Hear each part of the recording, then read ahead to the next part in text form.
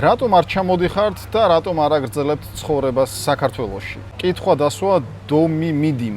არ ვიცი რამდენად სწორად წავიკითხე.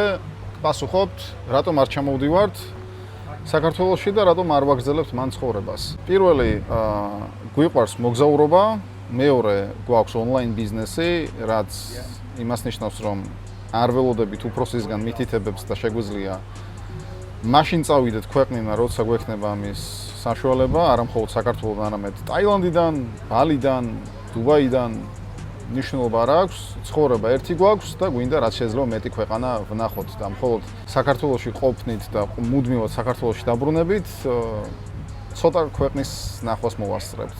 ეგ ერთი და მეორე, რა თქმა უნდა, ონლაინ ბიზნესი, რაც გვაძლევს იმის საშუალებას, რომ ადგილმდებარეობა ვცვალოთ, უბრალოდ გვჭირდება ინტერნეტი, ტელეფონი და კომპიუტერი. ეს არის და ეს. შენ როგორ მოიქცეოდი, რომ გქონდეს ადგილის თავისუფლება, როცა გინდოდეს მაშინ მუშაობა, ანუ მუდმივად საქართველოში ცხოვრობდი? თუ ხშირად შეცვლიდი ადგილმდებარეობას? დაწერა კომენტარებში.